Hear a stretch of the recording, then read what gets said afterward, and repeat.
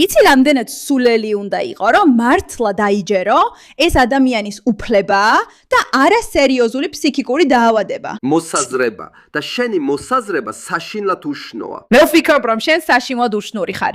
მართლა ვცდილობ მითხრა, რომ ტრანსგენდერული მოძრაობა ფიქრობს, რომ მე უნდა შევხედო ამას და ვიფიქრო, რომ ეს ხალია. თქვენ ყველამ ჭკუა დაკარგეთ. ამჟამად ჩემს კომენტარებში უამრავი ისეთი ტრანსგენდერი ადამიანი მწერს, რომლებიც გარეგნობით ცისგენდერებად აღიქმებიან და სხვების მოწონებას ცდილობენ და მეუბნებიან, რომ მე საზოგადოებას უარეს ადგილად ვაქცევ იმით, რომ საკუთარი თავი ვარ და ჩემს გამოცდილებას უზიარებ სხვებს. ეტყვით, რომ ძალიან პრივილეგირებული ხართ თუ გარეგნობით ცისგენდერად აღიქმებით. ჩვენ ყველას არ გვინდა ვიცხოვროთ საზოგადოების მოლოდინებით, გენდერული ნორმებით და სილამაზის სტანდარტებით. გარდა ამისა, სილამაზე მხოლოდ გარეგნობით არ განისაზღვრება. დიახ, სრულიად მაითალი ხართ, გარდა იმ მცირე პრობლემისა, რომ ვფიქრობ, თქვენ ეს საერთოდ არ გაქვთ. საერთოდ არა. არც გარეგნული სილამაზე და სამწუხაროდ არც შინაგანი სილამაზე. ასევე რაც შეეხება აზრს, თქვენი აზრით საშინლად უშნოა. ბევრი ისეთი ტრანსგენდერი ადამიანი მყავს, რომლებიც გარეგნობით ცისგენდერებად აღიქმებიან და სხვების მოწონებას ცდილობენ. ხედავთ, როცა ვუყურე ამ ვიდეოს, რომელიც JK Rowling-მა გამოაქვეყნა, სადაც ის საუბრობს იმაზე, რომ ეს კაცი ფიქრობს, რომ ხალია და შესაბამისად თუ რამეს ამის წინააღმდეგ იტყვი, შენ ტრანსფობიად მიგიჩნევენ. და ეხლა როცა მას სურს იყოს ხალი, შეუძლია გახდეთ ხალი და უბრალოდ შევიდეს ხალებისთვის განკუთვნილ სივრცეებში და ასე შემდეგ. რა თქმა უნდა, მას ხშირად აკრიტიკებენ იმისთვის, რომ ყოველთვის ამ ტრანსგენდერულ საკითხებზე საუბრობს. მაგრამ დარწმუნებული ვიყავი, რომ ეს იყო რაღაც ერთეული, უცნაური ვიდეო, სანამ ცოტა უფრო ღრმად არ ჩავიხედე ინტერნეტში. და აღმოაჩინე, რომ სამწუხაროდ ის ერთადერთი არ არის. ანუ როდის დაგვაჯერეს ჩვენ, რომ ეს არის უფლება, რისთვისაც ხალების ხარჯზე უნდა ვიბრძოლოთ? და არა სერიოზული ფსიქიკური ჯანმრთელობის პრობლემა. ჩემი თვალები. ჩემი საწალი თვალები. ეს რა ჯანდაბაა? ის ღორის ფორმაშია ჩაცმული.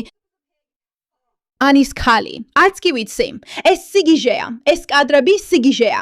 მაგრამ ეხლა დაჩვენებთ უკიდურესად მძიმე, მართლაც არასასიამოვნო რაღაცებს. საფრთხე ამაში არა ამ ხალხში, იმიტომ რომ იმედი მაქვს, ყველამ შეიძლება შეხედოს და თქვას, რაღაც მართლა არ არის კარგად იქ. ხო, დადიძახებ ისე როგორც გინდა, უბრალოდ იმიტომ რომ მეშინია არ მცემო. მაგრამ ადამიანები, რომლებიც მართლა ფიქრობენ, რომ მათ მოძრაობას აქვს ლეგიტიმურობა იმ დონემდე, რომ ეს რაღაცები ბავშვებს უნდა შეასაღონ და კი ბავშვებს ასახვებს ასაღებენ, ამასაც მიუბრუნდებით ერთ წამში.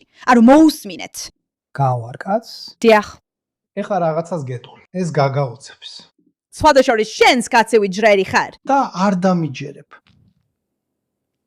მე კაც არ გავარ. გულისხმობ. როგორც ხალი. მაქვს შენთვის ერთი ამბავი. ვერ დამინახავ. შენ ხედავ ტრანსგენდერ ადამიანს. ბატონო. ჩემ შესახებ მაქვს ისეთი თვისებები, რაც ადამიანს დააფიქრებს ამაზე. ფიქრობ, მათ შეიძლება დაბადებისას მამაკაცის სქესი მიაკუთვნეს. ეს იგივე არ არის, რაც კაცივით გამოიყურებოდა. ეს მთელი ეს დაბადებისას მამრობითი სქესის მიიჯება ჭკუიდან მშლის.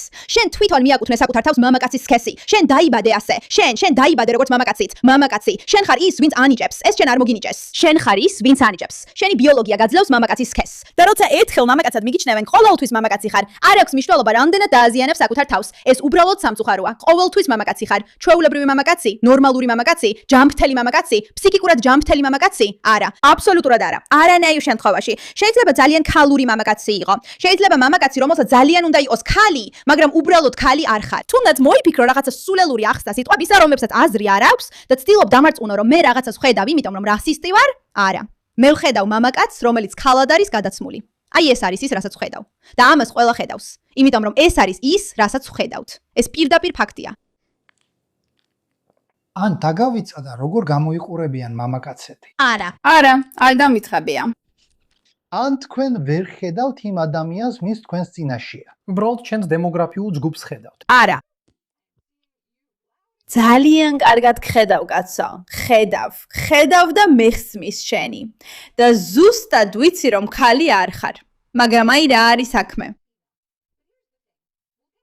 მალე ბავშვების ხარესაც მიუბრუნდებით, რადგან ეს მართლაც შემაწუხებელია. ისინი უკვე იმ დონემდე მივიდნენ, რომ სჯერათ, მართლა სჯერათ ეს, რომ მათ უნდა იბრძოლონ თავიანთი უფლებებისთვის. მათ არ აქვთ საკმარისი უფლებები. უმეტესობას არც კი იცის, რაზე საუბრობ უფლებებთან დაკავშირებით. ის ფაქტი, რომ ეს მენტალური არაჯანსაღობა გადაიქცა ადამიანის უფლებად, თავისთავად წარმოადგენს ადამიანის უფლებების ნაკლებობას. მაგრამ ეს ლოგიკური საუბარია სხვა დროისთვის. არ მგონია, რომ მათ შეძლონ ფეხის აწყობა. ანუ თქვენ ტრანს ხალი ხართ. დიახ. კარგი, როგორ ფიქრობთ, რა უფლებებს კარგავთ როგორც ტრანს ადამიანი? ბოდიში. როგორ ფიქრობთ, რა უფლებებს კარგავთ როგორც ტრანს ადამიანი? გონია რომ ჯერ კიდევ ცხოვრობთ ისეთ სამყაროში, სადაც იცით წინ მივდივართ, მაგრამ მაინც მგონია რომ კიდევ ბევრი რამ არის გასაკეთებელი. ნება-მომეცით გამოვიცნო. ნება-მომეცით გამოვიცნო. მათ აებთ წარმოდგენა რაზე ლაპარაკობენ, რადგან კარგად არ არიან და არ არიან. რა თქმა უნდა რომ ჩვენ ყველა ადამიანთან თანასწორები ვართ. მაგალითად რა?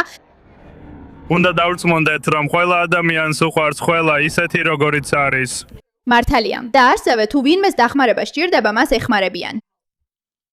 ჰო, თუ ვინმეს გიყვარს, ზრუნავ მასზე და არაძლევ უფლებას რომ გიჟური რაღაცები გააკეთოს. მაგალითად, ისე ილაპარაკოს, თითქოს ხალი იყოს, როცა აშკარად ასე არ არის. ხოლო ახლა ზოგჯერ ისე გვექცევიან, თითქოს ადამიანებიც კი არ ვიყოთ. და რა უფლებებს ფიქრობთ რომ ახლა კარგავთ? მაგალითად, რომელი ერთი უფლებაა, რომლის დაკარგვის რისკსაც გრძნობთ? მე ზუსტად არ ვიცი, მგონია რომ ეს უფრო დიდი საზოგადოების მიერ მიღებას ეხება. ხო, კარგი, ის დაგვეხმარება. ამ ტრანსგენდერი ქალი ამბობს, რომ ის იბრძვის უფლებებისთვის, მაგრამ ვერ ასახელებს კონკრეტულად რომელი ტრანს უფლებებისთვის იბრძვის. რა თქმა უნდა, ეს საკმაოდ შეგიძლია. საინტერესოა. მოდი ვნახოთ კომენტარები რას ამბობენ, რადგან ვფიქრობ, უნდა გავიგოთ რას ფიქრობს საშუალო ადამიანი ამაზე. ასე რომ, თუ ვნახავთ ყველაზე პოპულარულ კომენტარს, როგორც ქალი, მე ძალიან შეურაცხყოფილი ვარ. კომენტარს 28000 მოტონება აქვს. ასე რომ, დიახ, იმიტომ რომ ეს შეურაცხყოფელია. ფაქტი რომ ისინი მზად არიან ეს ყველაფერი გაავრცელონ, თითქოს მათ არ აქვთ უფლებები და ასე შემდეგ და თანდათანობით არ თმევენ ქალებს უფლებებს, რადგან სპორტშიც აერთიანებენ და ასე შემდეგ, ეს თავისთავად პრობლემაა. ანუ ნახეთ, ისინი მართლა გულწრფელად ფიქრობენ, რომ ადამიანის უფლებებს კარგავენ, მაშინ როცა მათ გაცილებით მეტი უფლება აქვთ, ვიდრე იმსახურებენ. თქვენ როგორ ფიქრობთ, ტრანს ადამიანები რა უფლებებს კარგავენ? ტრანს ადამიანებს ისევე ეკუთვნით იგივე უფლებები, როგორც ყველა სხვა ადამიანს. გულისხმობ ჩემთვის გასაოცარია ამ დროში, რომ ადამიანები ჯერ კიდევ დისკრიმინაციას განიცდიან, მხოლოდ იმიტომ, რომ ისინი არ არიან ნორმალურები. ეს ასე არ არის. ეს ასე არ არის. საქმე იმაშია, რომ ამ ყველაფერში აშკარად ჩანს ფსიქიკური არაჯანსაღობა. და რატომ უნდა დათმონ თავიანთი უფლებები იმ ქალებმა, რომლებიც ნორმალურები და ჯანმრთელები არიან და არ სურთ, რომ გარშემო ყავდეთ შემაშფოთებელი კაცები, რომლებიც ფიქრობენ, რომ ქალები არიან და ეს მართლაც შემაშფოთებელია. რატომ უნდა დათმონ მათ თავიანთი უფლებები? ეს უბრალოდ ასე მარტივია. ეს იგივეა, როგორც რომ თქვა, პედოფილს უნდა ქონდეს უფლებები, რადგან ვისაც გიყვარს, ვისაც გინდა რომ გიყვარდეს. არა, ბავშვი უნდა დაიცვა. და როცა საქმე გაქვს ფსიქიკურად არაჯანსაღ ადამიანთან, ჩვეულებრივ ესეთ ადამიანებს სპეციალურ დაწესებულებაში ათავსებენ, რათა სხვები დაიცვან ფსიქიკურად არაჯანსაღი ადამიანებისგან. ხომ ასეა? იმიტომ რომ გინდა საზოგადოება დაიცვა. როცა ვინმე ითხოვს უფლებებს, რომლებიც პირდაპირ ზიანს აყენებს ადამიანთა ჯგუფს, სწორედ მაშინ ხდება ეს საკითხავი. საქმე არ ეხება იმას, გვინდა თუ არა რომ ტრანს ადამიანებზე ვიზრუნოთ. საუბარია იმაზე, რომ მათი უფლებები ფასად გვიჯდება და ეს ფასი ჩვეულებრივი ადამიანები არიან, ეს შემაშფოთებელია და არასწორია. და თუ არ გჯერათ, რომ ეს მართლაც შემაშფოთებელია და არასწორია, უბრალოდ შეხედეთ ამ ვიდეოს, კარგი? ეს არის დრეგი, ეს არ არის იგივე რაც ტრანსი, მაგრამ ეს კაცია, რომელიც გოგონად არის გადაცმული და ბავშვებისთვის გამოდის სცენაზე. პატარა ბავშვები. ეს არასწორია. ეს შემაშფოთებელია და არაკომფორტულია. ვფიქრობ, ყველა დამეთანხმებით. ესეც არაკომფორტულია. დიდი. ასე რომ, ვინ იცის რა მოხდება? მაგრამ დავიწყოთ. მზად ხარ? კარგი. ნებისმიერი ადამიანი, ვისაც აზროვნების უნარი აქვს, შეხედავს ამას და იფიქრებს, რომ რაღაც არასწორია, როცა ზრდასრული კაცი კაბაში პატარა ბავშვების წინ როლიკებით სრიალებს. კარგი. ესე რომ ეს გავს ბავშვების გარგვნას. ეს არაკორექტულად გამოიხურება. ეს არის რაღაც ისეთი, რისგანაც მშობელი, რომელსაც თავისი შვილი ნამდვილად უყვარს, ძალიან შორს დაიჭერდა მას. ეს უბრალოდ თანდახოლილია. ეს ჩვენი ბუნება, ეს ჩვენი გაგებაა, კაცი. და ნახეთ კიდევ ერთხელ ჩვენ ვიცით, რომ არსებობს ფსიქიკური ჯანმრთელობის პრობლემები. და ეს უბრალოდ ერთი ისტორია. კარგი. ეს ბიჭი საკუთარ თავს აღწერს როგორც ტრანს გოგონას, რომელიც ეძებს გართობას. და მან მოკლა თავისი დედა. კარგი. მაგრამ არავინ საუბრობს იმაზე, რომ ის ტრანსია, რადგან არ სურთ რომ ის რასისტად აღიქვან.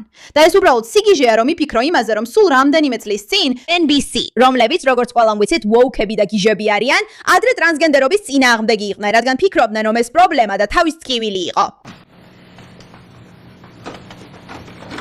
ისტორია. ისინი ყველა გოგოები იყვნენ. არ ვაპირებ ამ ვიდეოს მთლიანად ვუყურო, მაგრამ როცა ვფიქრობ იმ დროზე, მაშინ ადამიანები თავისუფლად ამბობდნენ ასეთ რაღაცებს. თქვით რომ ბავშვებზე ვისაუბრებდით. და მართლა მინდა ბავშვებზე ვილაპარაკო.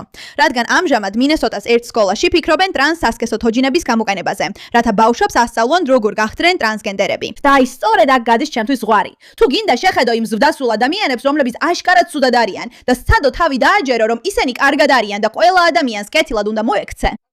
კარგი, ეგ შენი საქმეა, გააგრძელე ასე. შეგიძლია რამდენის გინდა ცუდ ადამიანად მომიხსენიო. მაგრამ თუ ფიქრობ, რომ შენი შვილი უნდა გამოიყურებოდეს ასე, როცა გაიზრდება, მაშინ რაღაც არ არის რიგზე შენთან. და თუ ფიქრობ, რომ ნორმალურია სკოლებმა ან საზოგადოებამ ასეთი ქცევა ან ასეთი საზოგადოებამ გადაოება ნორმად აქციონ, რაღაც უცნაური გიჟური იდეოლოგიის სახელით, მართლა გაგიჟებული ხარ. მოხვებათ სასქესო ორგანოები, რომლებიც შეიძლება მოიშორონ და შემდეგ სხვა ორგანოთი ჩაანაცვლონ. ღმერთო ჩემო. მინესოტას უნივერსიტეტის სამედიცინო ცენტრის თერაპევტი New York Post-ს ეუბნება, რომ მათ 10 წელზე მეტი დახარჯეს თოჯინების შექმნაზე. მიზანი არის ბავშვების დახმარება, ციტატა, გაეცნონ სხვადასხვა ვარიანტს, თუ ვინ შეიძლება იყვნენ. საზიზღრობა, საზიზღარი, საძაგელი, შოკის მომგვრელი. რატომ უნდა უნდოდეს ჯანმრთელ მშობელს, რომ დააბნიოს თავისი შვილი გენდერის საკითხში? ერთი რამეა, თუ ვინმე უკვე დაბნეულია, მაგრამ რატომ უნდა ეცადო, რომ 4 წლის ასაკიდანვე ასწავლო ეს ბავშვს? ყველაფერი, რაც შემიძლია ვთქვა, არის ის, რომ ეს მოძრაობა ბოროტებაა. და ყველა ვინც ამაშია და იტანჯება, ჩემი გული მათთვის ტკივა. მართლა უდიდეს თანაგრძნობას გრძნობ. მაგრამ იმის მცდელობა, რომ ეს ახალგაზრდებს, ჩვეულებრივ ადამიანებს, ქალებსა და მთლიანად ჩვენ საზოგადოებას მოახვიონ თავზე, თითქოს ეს ნორმალური რამ იყოს, ბოროტებაა და არასწორია, ამას აუცილებლად უნდა დაიგმოს. მადლობა ყურადღებისთვის.